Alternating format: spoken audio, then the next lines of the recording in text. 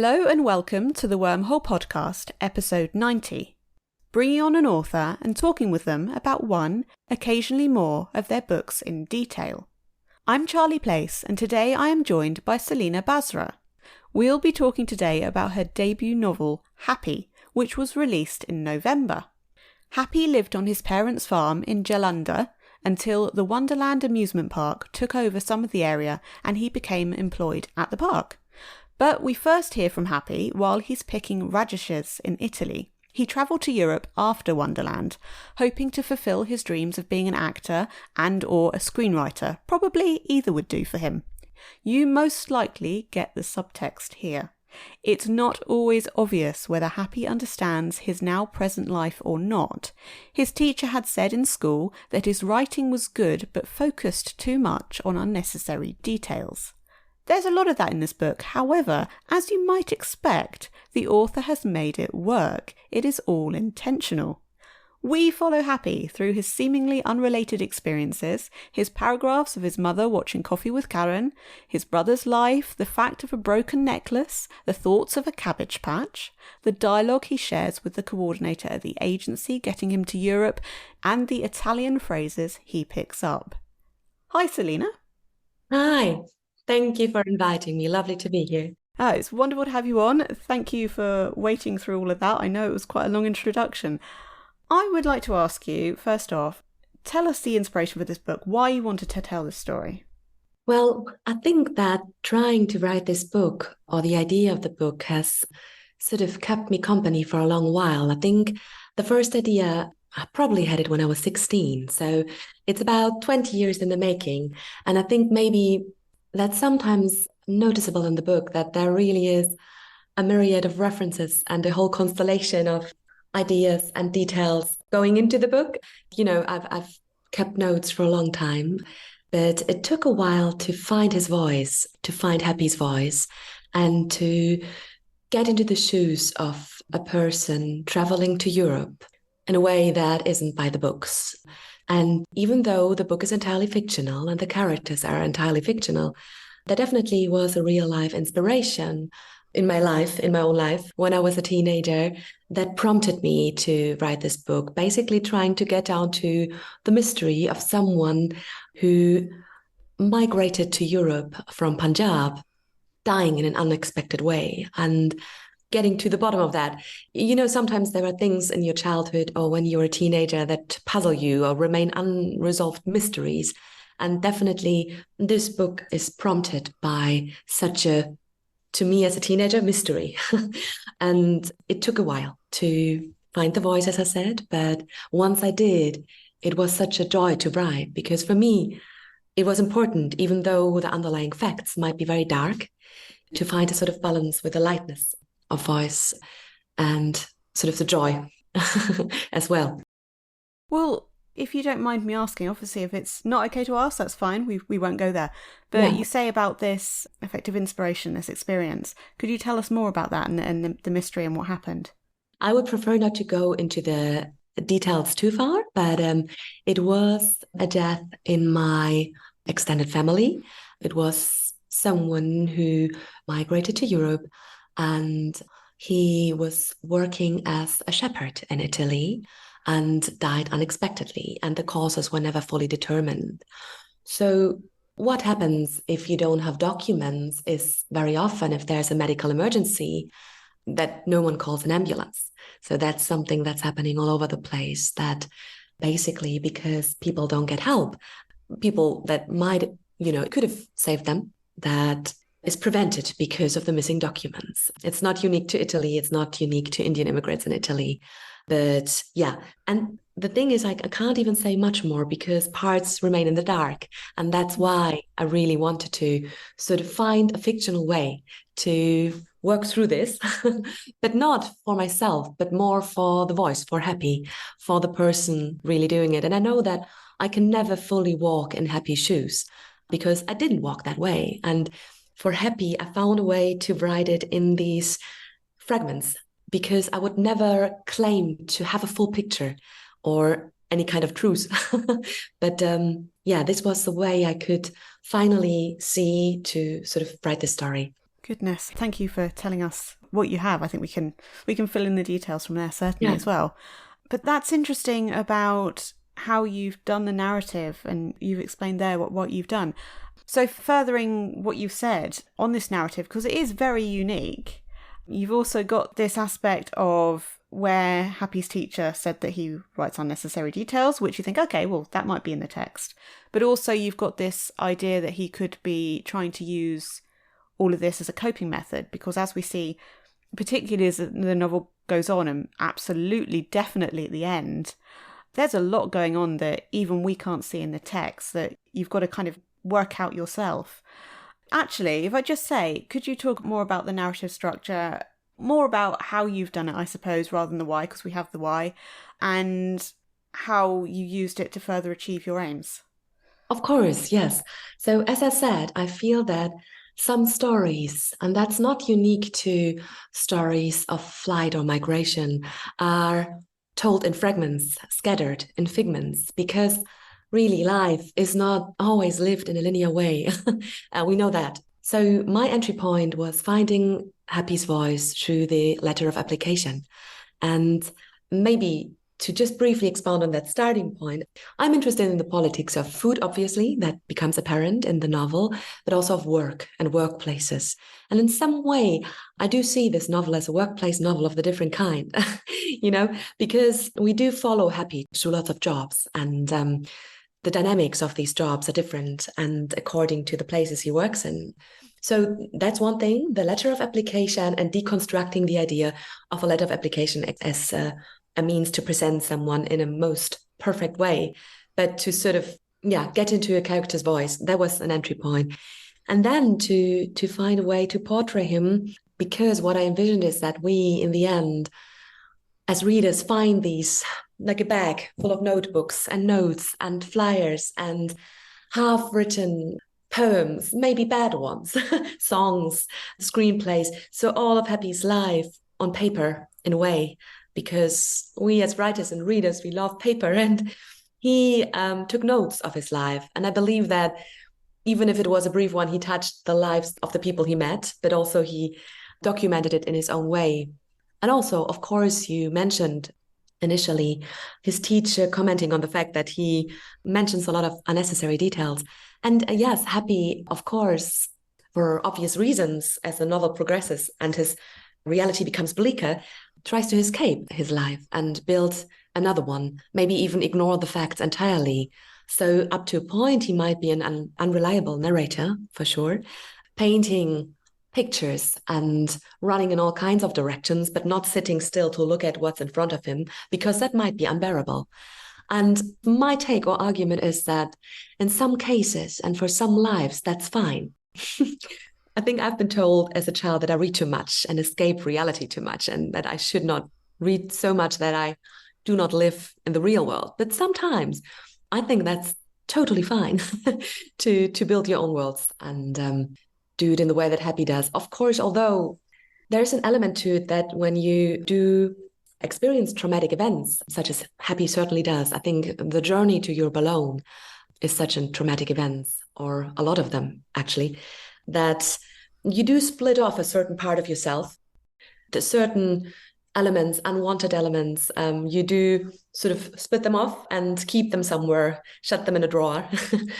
And that's, I think, definitely what happens. You do get glimpses, but Also, inviting many voices in, such as the voice of a bag or a tree or a split necklace, were important to maybe show that this is not a narrative that can be told in one voice, and it's rather many that make up the whole picture, or an attempt of a whole picture.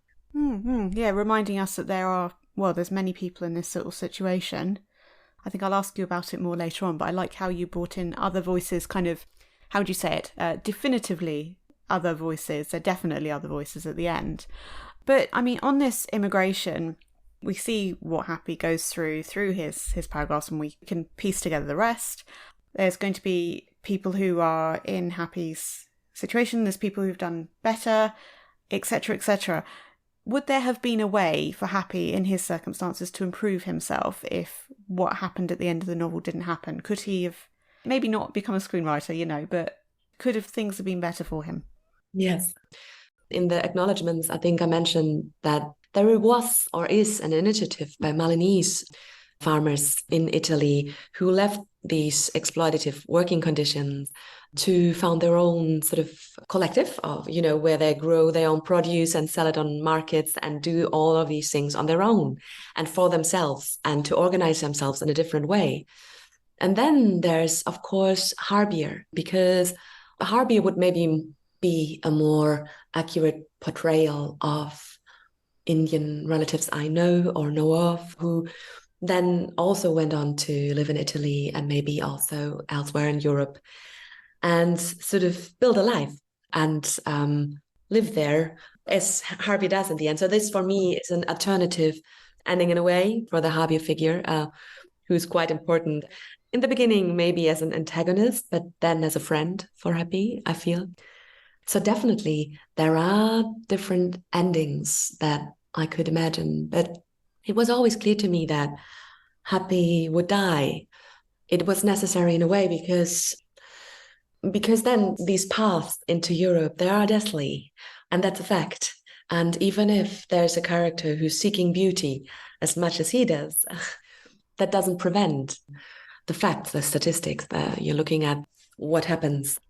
I liked Harbir because he did show, although by the time that he's introduced, we, the reader, can see what's happening and they can see everything fully. Harbir does also present that, as you said, that alternative view. Basically, you can see that he knows what's going on fully, whereas you sometimes wonder if Happy does.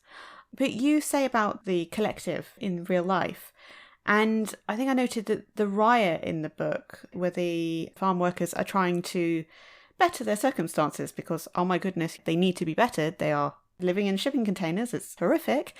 But you have noted the real riot in the book that you were, if we say, influenced by. Could you talk to us about this riot, the real one, and what happened? I think it's maybe a mix of a few incidents that I encountered while researching across, I think, maybe 20 years. But there's one particular one where it actually wasn't sort of a physical assault, but I believe a Malinese farmer was shot and it was a racist attack. And that sparked protests that then led to finally, at that point, an outcry in the media. But yeah, I mean, as we see with the political situation in Italy right now, yeah, it's nothing that's ever solved. So what in my research I saw was that there were these instances of protests sparked by certain events. And one was this attack in the south of Italy. And then another was also a suicide of a farm worker of Punjabi origin, which was recorded in the media. And then actually there were quite a few of these. Yeah, so there were these instances where then protests followed. And sometimes for certain small communities, then things changed, but not in the bigger picture, of course. Because, I mean, and that's also something that Zhivago says in the novel, that the whole system of finding your cheap veggies at Lidl depends on exactly that. And yeah, so that's it. Where do the cheap radishes come from? You can just look at the label of where the tomatoes come from and then imagine. And this is not unique to Italy. That's also important to note, of course. I mean, you probably know that in the UK, there are certain sectors in agriculture, or I don't know whether it's chicken farming, that are dependent upon migrant labor. Here it's asparagus harvest in Germany. So really, you can just look in front of your doorstep and find it. You don't have to look to Italy. Yeah, cheap vegetables from Lidl's. Yeah, everyone wants them to be cheaper and cheaper and cheaper. And well, there's one way to achieve that, isn't there? And that's it, yes. You have it the person, or it seems to be the person at Europe. And I was wondering if I could ask, in terms of the narrative and the narrative voice, where the reality is, I suppose, where the coping methods come in, if you could just talk about that for a little bit. So Europe, yeah, of course. She was After the letter of application, which is the prologue, the first sort of thing, there was a dialogue with Europe and Happy, which now is not part of the book anymore. So there was a beginning to go into, to find the beginning of the book, basically. And it was just for me first a fun way to explore this. Okay, why come to Europe? Why go to Europe? And this voice of Europe as a sort of, I think she's a head recruiter here, but sort of an HR manager, and to have this mix of myth and bureaucracy and really look at what is Europe really nowadays.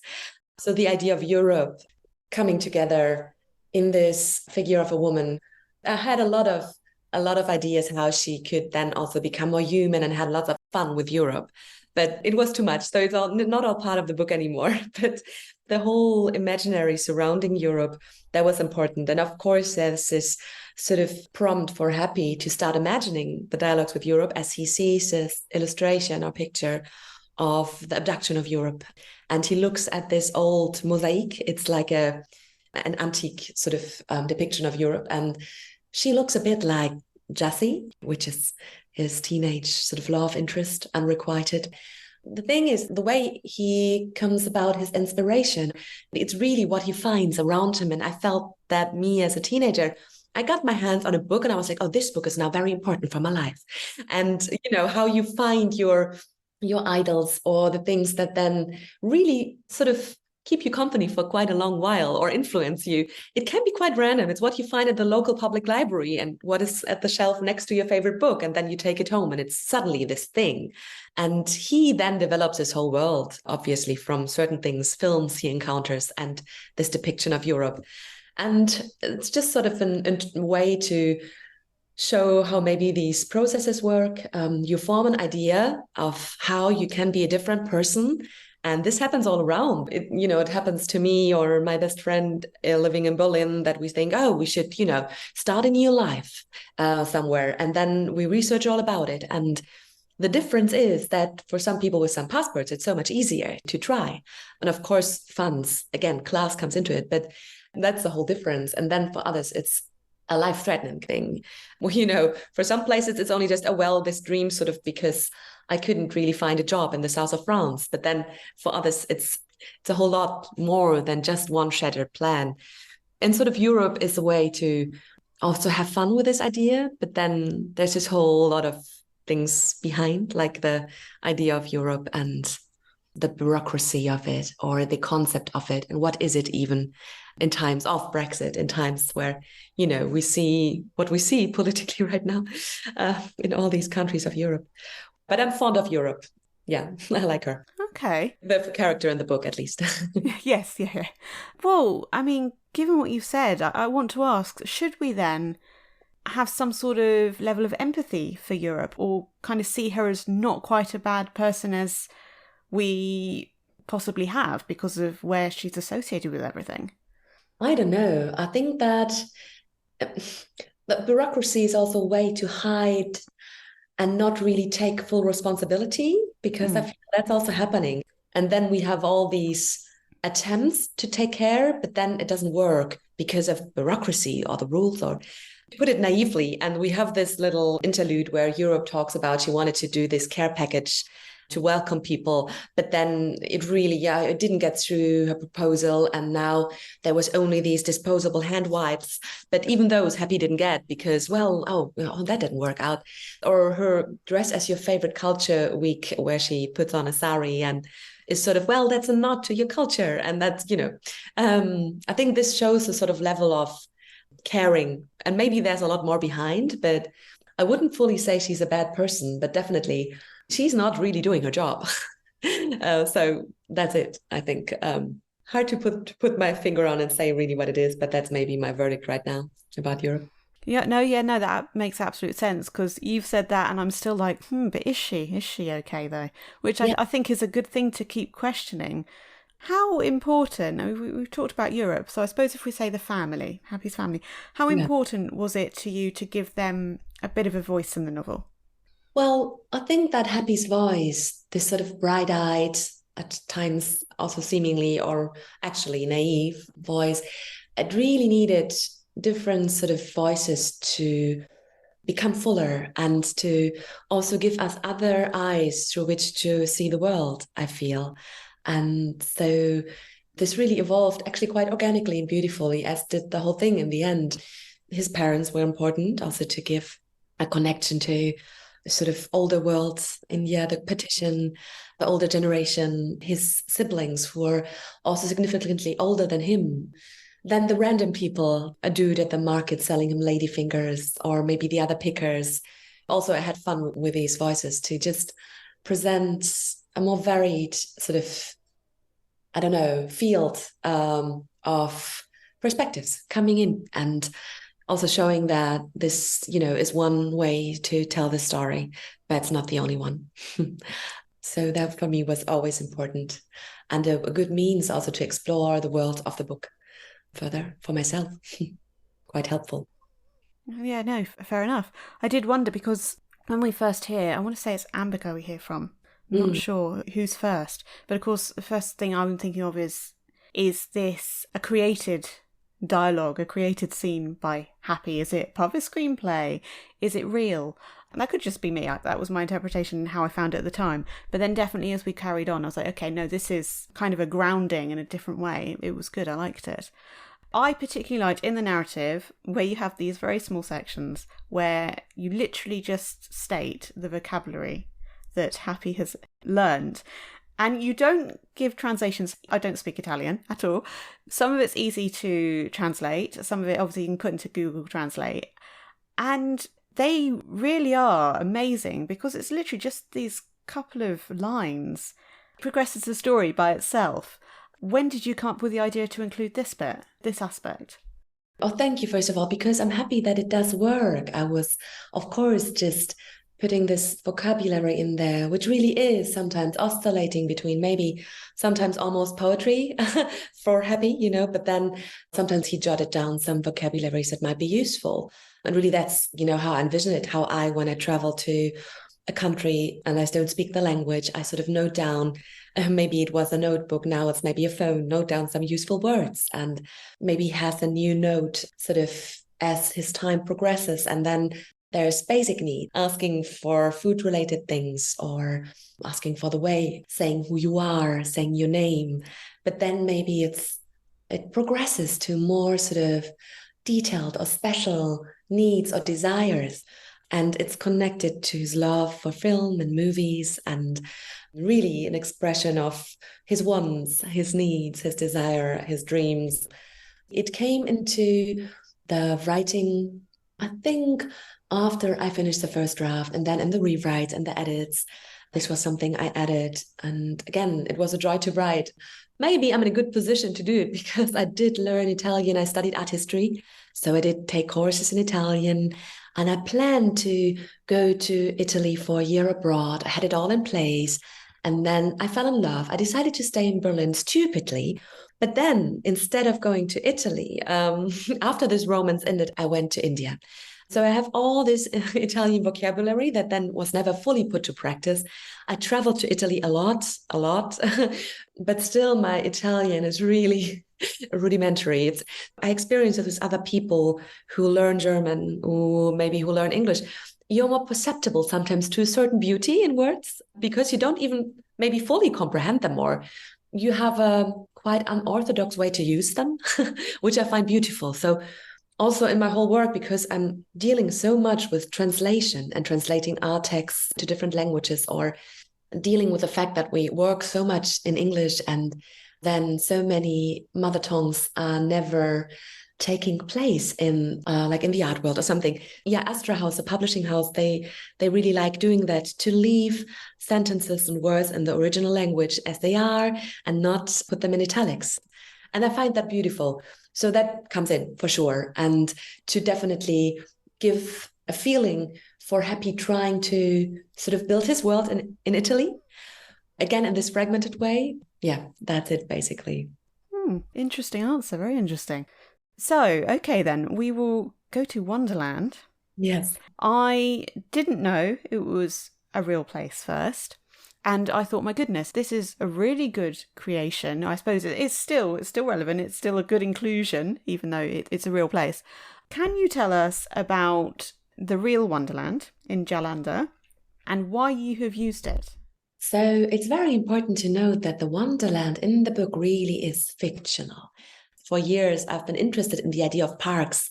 I curated an exhibition in 2017 that was called The Park in German. And I find it interesting that amusement parks are this space where we may experience fun and a place for leisure and experience fun in a controlled way. And there are many spaces that are parks, not just amusement parks, also just parks where we go to hang out and have a picnic. The internet is a park, really. And I read this book it's a French philosopher called Bruce Bigot, called also The Park, which is quite a dystopian vision for a park that lets the visitors discover on a remote island in Borneo very dark aspects of human reality, like a prison, even torture, like war. This is a very dark topic, like the way he explores the park in his book. But what I find interesting is that parks also are very often places where you find like copies or simulacra of European sites. Like when I visited Shanghai and I walked through this quarter, like a whole little neighborhood, which is a copy of Paris.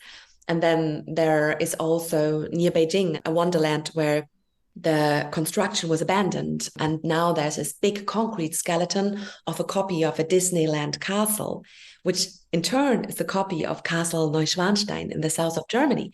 So if we look at amusement parks, we have all these copies of copies of copies. And here, of course, the significance is that if you find a little Paris or Champs-Élysées in the park, you have this idea of Europe or a copy of Europe, and again, expressing a desire to be elsewhere. And I think the real Wonderland in Jalandhar is quite your go-to amusement park. I think there's a thing, the Rocky ride is the only thing that does, I believe, exist, which is inspired by the movie Rocky. So movie-inspired rides are maybe common, but the whole Wonderland in the book is fictional, and also Happy is, of course, quite maybe satirical, but also quite far more local version where he envisions rides that are inspired by historical events in India and not like the Eiffel Tower, which, if you think about it, it's so boring. If you go from amusement park to amusement park all over the world and you have the same copies of the rides. And so I like it that Happy has his own ideas. But in the end, of course, it's also one of the things that Wonderland is just, in the book, an image for life changing, the rural communities changing, which is fine. They're allowed to do that if it then enriches the communities or makes them more prosperous and creates jobs. The question is always, what does disappear? And I think regarding farming in Punjab, the things I give like Wonderland or the moth are just images for a myriad of political conditions and also real life challenges and climate change and everything that does challenge farming realities in India and all over the world. So just to sort of put this straight, that this is a fictionalized way to sort of tell this storyline and sort of give the backdrop, that this is the backdrop against which this is happening. Why do you imagine a different life? And why do you need to leave? Because maybe there's no futures right in front of your doorstep. Yeah. Now, as you were saying that, I was seeing that the conversation about partition and Happy's parents had to move during partition. And then, yeah, they've effectively have to give up some of their farm. And then you've got obviously different circumstances, but Happy moving himself to Europe and moving further afield. Yeah. So if we go to Jean Luc Goddard, and I'm going to completely ruin the pronunciation here, I expect, Bande part, or Band of Outsiders, I believe it is in English. I wasn't able to find a copy of this film.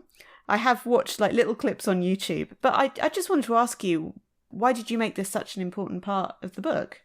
Yeah, that's very interesting because it happened, as many things, very organically and seemed very sort of clear to me. Yeah, this is the way it goes. I think maybe I might circle back to something I said earlier, where I feel sometimes when you're a kid or a teenager, and you find certain things, they fall into your hands and then they become such a great significance, or you turn it into this big thing. And this is what happens with Happy.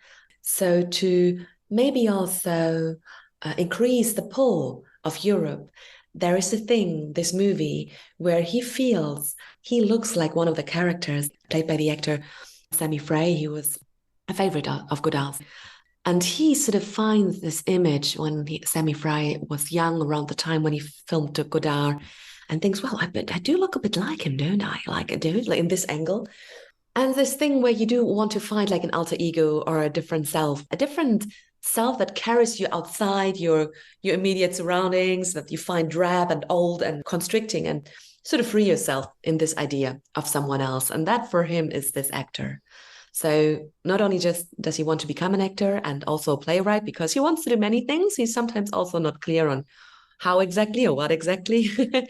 But for sure, there's the enthusiasm and the imagination. And also, of course, Bande, which is like a movie that is so often described as something Kafkaesque or Alice in Wonderland-esque. It really fits right into Happy's world and his style of narration, and the feel that everything is possible. Something seemingly silly or unrelated, yeah, let's make it happen. Let's do this dance. Let's run through the Louvre. Why? That's not important. Just do it. And it'll become part of this big work of art, So I think that is it, his entry point. And also the fact maybe that once he gets behind the black and white thing, which might, seem boring initially, or, you lose interest if you're not used to it. But then, anything is possible, really. That's so important for me. That's also why in the very end, I mentioned Whiskey Ruti, the Manico film that he watches with Zhivago. So it's not to say that arty cinema doesn't exist in India, not at all. It's just that he finds this piece of new wave and cinema, and that for him becomes something that increases his desire to go abroad to Europe, because that's where his future will be. That's what he believes. But of course, there's this wells of cinema beyond Bollywood also in India. And I mean, we all know how important cinema is in India and what a big part of people's lives, but not just because of Bollywood. There's a whole lot of different stories there, which are not as visible sometimes. But yeah, so that's definitely a big thing for Happy. But that's why Bande grew into this whole thing. Also something very random, the Indian bird of death. He sort of picks this detail out of the movie, which for some might not be interesting at all, but he's like, Indian bird of death? Like, okay, like I can find out more about that, because he's like this professional Googler. He's a keen researcher with the means he has. And also important to note that you don't always have the means to watch this movie. It's very hard to find. Like my partner has a big Godard DVD collection, but then no one has a DVD player anymore. So I believe Happy also mostly watched these in bits and pieces. And again, there we come back to the fact that sometimes if we are recipients of great works of art, we don't always have the privilege to have all this time to look at them, have all this time to look at art or to write or to, to create. But then we have all these other jobs to do. We might not have the background that allows us to do so. And that's the case for many, many, many people on this world. But everyone has the right to just to sit and just write, to sit and watch and just look and perceive. But the time is not always there. So we watch in bits and pieces.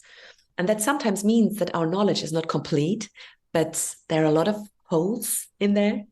Yeah, that's also an aspect, the way he watches it, the way he remembers it, the way he talks about it, how he picks out these details that then become so big, and how it then plays out from there. And then also important that Happy imagines the plot after the movie ends, because that's also something that he finds fascinating. I find fascinating. What happens after the happy end or not happy end, or, after the ending, and how do the characters then play out after that? Given what you've said, then I will say to listeners, if you are in the same situation as me and you haven't seen Godard's films, it seems from what Celina has said that it's okay to watch the bits and pieces. And certainly the idea that I got about the vibe of the movie is definitely there for the taking if you watch the few clips. Yes, a lot of it doesn't make sense. It's a fun thing as well. That's good to know as well. So we'll move on to a different industry, I suppose, Bollywood. You have Koffee with Karan. Happy's mother's program of choice. She watches it loads and loads and loads. It's mentioned a lot, and that's why I think we should bring that in further than saying just, in quotes, just Bollywood. And you have a focus on, I think it's Deepika Padukone, but also particularly Aishwarya Rai Bachchan and Abhishek Bachchan. And then, yeah, you do bring Aishwarya Rai back into it a few times. Happy focuses on her eyes. Her eyes are in the car when he's on the journey to Italy. I suppose I want to ask, why Koffee with Karan? Why Aishwarya Rai particularly? That sort of thing. Well, yes, I do think that there is a thing where Happy imagines, or, well, for him it's real, the Lou interviews where he's interviewed. And I think that this is a very luxurious situation to find yourself being interviewed about the things you did. Actually, the situation I find myself in now for the first time in my life, because normally I'm at the other end and talking to artists about their work. So this is something quite beautiful. And for me, Coffee with Karan, it's a talk show, which is about the Bollywood gossip, really the icons of Indian Bollywood cinema, the hot couples. And Happy has this sort of fascination with couples and love. And we find that a few times, even also when he watches other people and guests in the restaurant in Rome. So to have this iconic couple of Indian cinema, quite like a royal couple, actually, Aishwarya Rai Bachchan and Abhishek Bachchan, interviewed on Coffee with Karan. Really, I think I put it there like an Easter egg for people who might know the show. And it's not like there's, I think, such a great significance why I picked particularly Coffee with Karan, but just to give a real life sort of, how does Happy get his feeling that if you're interviewed, you've made it, and that is part of it, because once you sit there on a seat and people take their time to ask you all these questions and play all these games, and who do you fancy in which movie? And when I lived for a brief time in India, also in 2010, and going through all these celebrity magazines, they even sometimes discuss what happened on Coffee with Karan. So Karan Johar, the host, is, I think, quite an important figure, not just as a host, but also as an actor and producer for Bollywood cinema. So I think to just bring these figures in, because they are part of your daily life and backdrop in, pop culture, is quite important to balance the picture. He has this vivid internal life, but then there's the outside world, and this is what he sees, the glimpses of a mother who doesn't even really like the show, but sort of watches it. Like it's a constant background hum. And I think the background hum idea is quite important, that what makes up the thing that you have at the back of your mind, the songs that you play in loop in your head, the voices that make up the voices in your mind, so this all amounts to it, the TV running, the songs playing, which are linked to Bollywood culture. But then there's a myriad of other things, the outside influences that he gets himself. So imagine the songs. It was quite important to have the playlist, have the sounds, to look at the videos, to have the voices at the back of my head to write to. Maybe I should have seen it when I read the book, but you speaking here, it's made me think that in many ways then Coffee with Karan is almost kind of like an inclusion and narrative of Happy's mother. It's a way he includes her, yeah. Well, yeah, I think so. I think it's also a small connection, how you sometimes really talk to our parents. It differs so widely across generations, cultures, characters. So sometimes these little moments when you watch something together can be so nice. And for him, that's something that links him to different family members. And then he has these pairings of watching partners in the family and snacks, obviously. These little moments he shares also with his mother, yeah. Yeah, and also you said about other pieces of culture, and there is a lot of pop culture following on from Goddard and Coffee with Karan and Bollywood. Was it a Rihanna song, Umbrella, in there? Umbrella, yeah, I really love that, because the book is about how to find the room of your own that can protect you, and standing under one's umbrella, finding the people who protect you. Or is it possible at all? Because then in the end, with this little thing from Bande, where yeah, she asks Franz, can you close the hood of the car? And he says the hood doesn't close, it's broken, basically. So the question is, can you ever fully close the hood, like to protect yourself? Or is it just an illusion? And does Europe really protect you?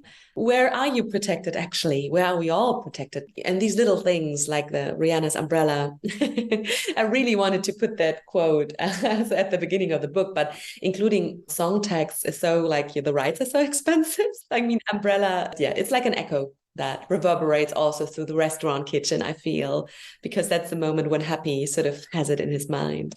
That's fascinating. I didn't know there's so much going into that. That's interesting to hear. I have a couple more questions then.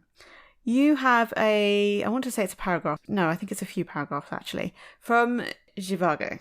After his death, which I actually wondered if he was dead or if he wasn't. But can I ask you why you included these narratives effectively? Because you've got him, I think you've got one from Harbir as well, after Happy's death, and obviously Happy has written all the narrative. Why did you want to continue on with other voices afterwards? Because for me, and that was very important from the beginning. So that was clear for me from the beginning. And of course, like the name Happy, I debated it. I was like, okay, is this a good decision? Or but I wanted a continuation. I wanted to keep the wheels turning because they do. They do. If someone dies, then the crazy thing is that the other people's lives around them, even how much they love them, they continue. They have to, or, if you choose to. So to give this little outlook on Harbier's life, as I also mentioned before, was important to me to give a glimpse into a different kind of life evolving in a different way in Italy, a different story of migration, because there's so many evolving in so many different ways. And also to have this voice as a continuation and also an echo of Happy. And that's, of course, debatable. And for me, also, and I want to leave that open definitely to the reader, from where Zhivago is speaking, as much as his voice and the songs and the constant humming, because that's what it is in his head, the constant humming, still the echo is still there. I mean, it sounds kitschy, but that he might still be present in the people who are speaking at the end. With Fatipal, his brother, who was just at the very background the whole time, but to sort of show what kind of real life consequences a death like that has to someone close to you, and how you deal with it, and how then could I have prevented it. And we have this moment earlier on in the novel where he talks about the death of his brother, Davinder, the handsome one. Happy definitely does reimagine real life events as if they were a movie. That's very apparent throughout that happens. So he does that with the death of his brother Davinder to explain it to himself, for it to make sense.